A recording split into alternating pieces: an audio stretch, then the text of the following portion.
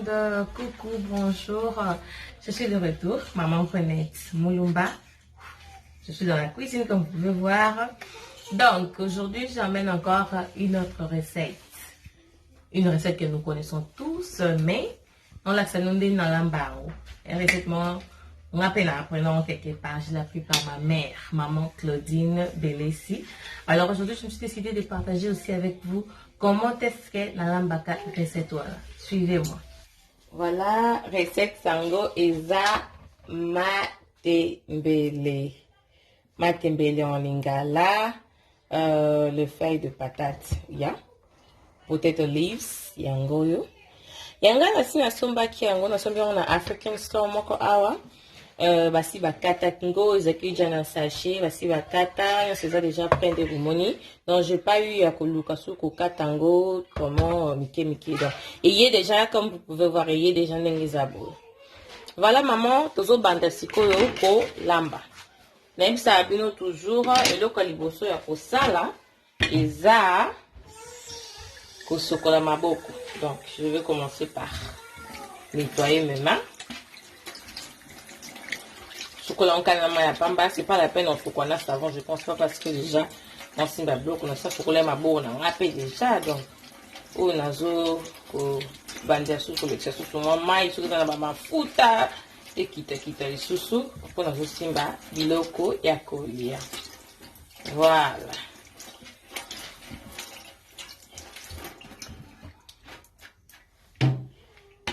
Dès la lobby, ma tembele monsieur déjà prêt. C'est déjà kukata, ils appellent déjà chocolat, mais nous avons rincé les sous-sous. Kolemba ko chocolat biloko te maman en tout cas. Jamais kolemba ko chocolat biloko parce que c'est biloko chocolat. Na monoko ya pour la santé na biso donc même s'il faut que chocolat ngo 10 fois, pourquoi pas. Donc on chocolat ngo sous-sous.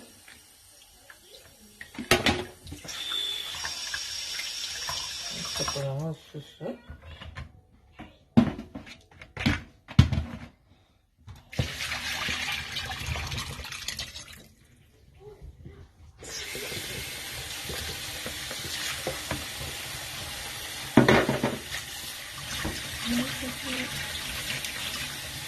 Chocolat matembele na ngai nde bomoni en fait nasomba yango na store oyo eza matembele ya fraîche eza matembele moko ya frais eza bazwi yango na ferme bakati mbala moko basokoli bakati batie na basachet donc eumeli vraiment na frigo te yango bomoni eumeli vraiment na congélateur te plutôt yango bomoni eza na mwa couleur nango lisusu nde bozomona ezalaki déjà en chocolat comme je vous ai dit c'était déjà en chocolat on rince lisusu kaka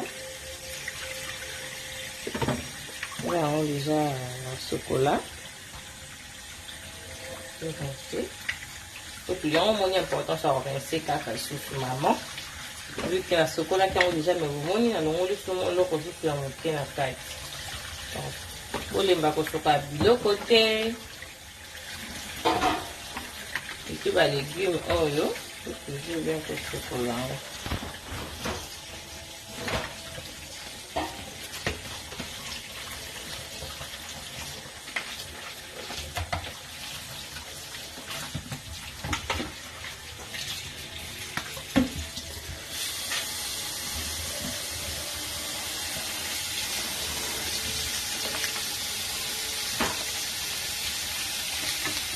Le chocolat, vous voyez, hein, mais il apporte ma tête.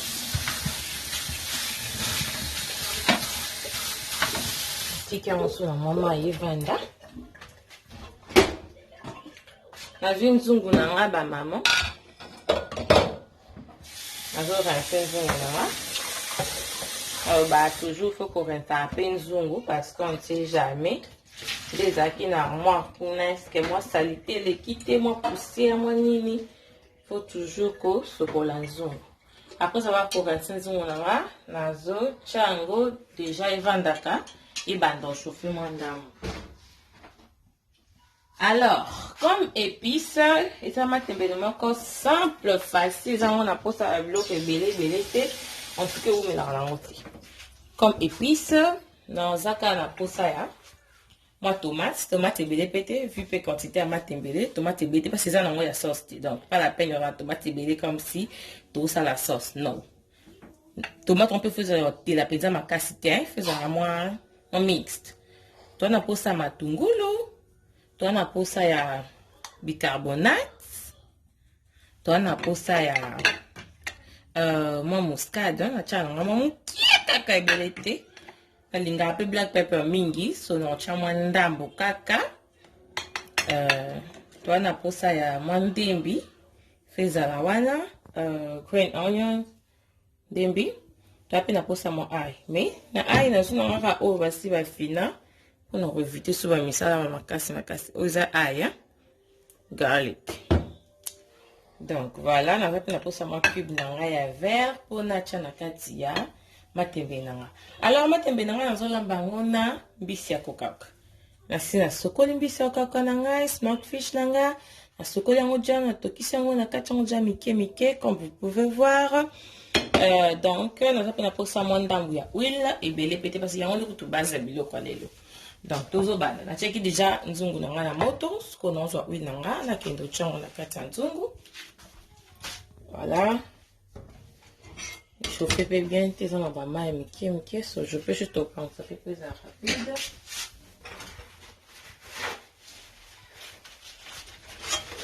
Simplifier tâche pour tout mettre à thé. Voilà. Je vais mettre la moto.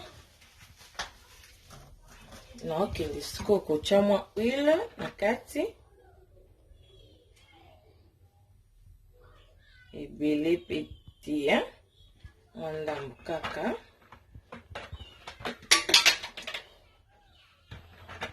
sikoto uzela huile na biso échauffé and then tokocha matembe na biso directement na kati pendant que huile na nga ezo chauffer donc sikoto bimisa matembe na nga na mai wana na passion pour la dernière fois je na préparé pour na ochango awa na kati. Voilà. Matembe nanga yango non, notre rinçant on déjà pour une dernière fois. Propre comme vous pouvez voir, maï trop kitoko. Alors nazo rincer pour rincer yasuka. Pour maï yana ilongwa.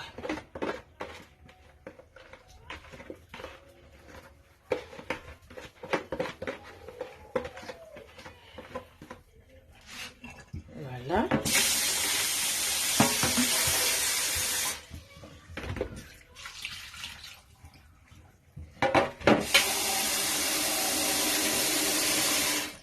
Passer ma télévision très bien.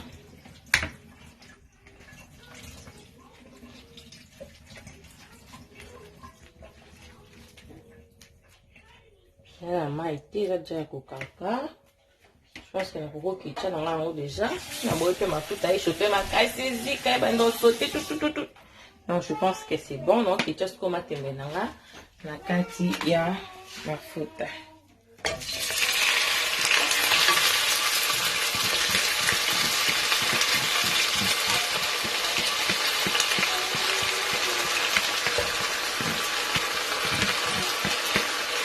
Matembe nanga na kati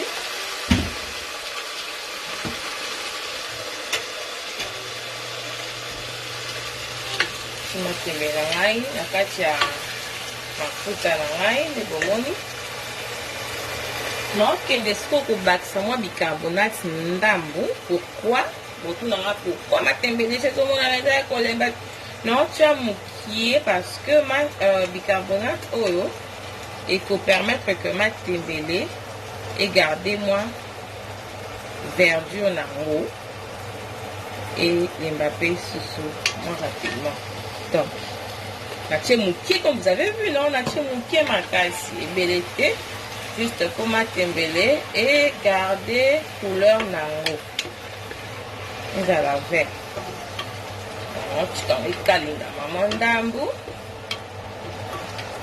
Après na ocha ma tomate na nga l'épice na nga onaza nango puis na esi bino eza vraiment facile et oumerte Donc ils auront quelques minutes, à 1 ou 2 minutes. Et then na tibe puis sinon son akati na tiema na fini kiango et puis que je le suis ça. Donc et vendre moi mon kieba maman et bon que aux on a dit non ba sa épices na kati.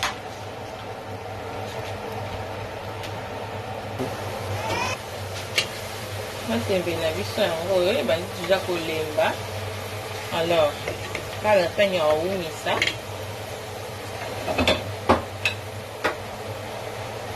Na lekimba moko na kocha dembi nanga tomate nanga matungulu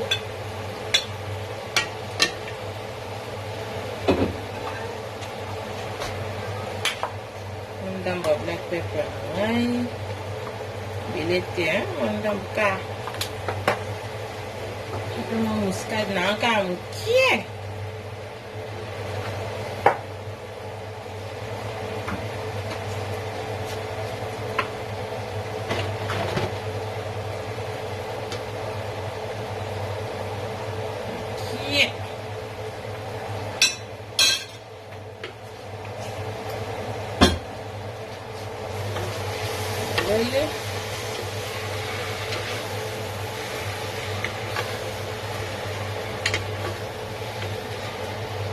la peine de la paix sous ils ont monté une bicinoma une pâte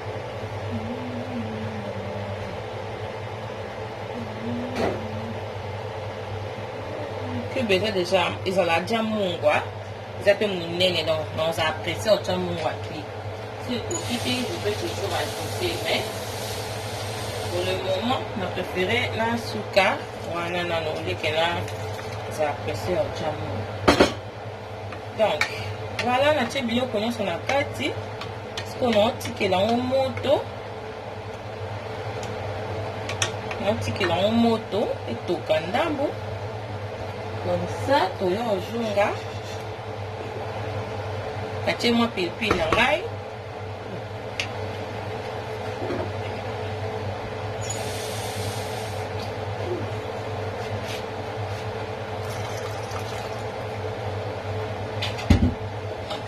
Voilà ce qu'on a dit quand on a monté vendre tout cas, tu as un jour tout à la résultat na biso et comme wapi.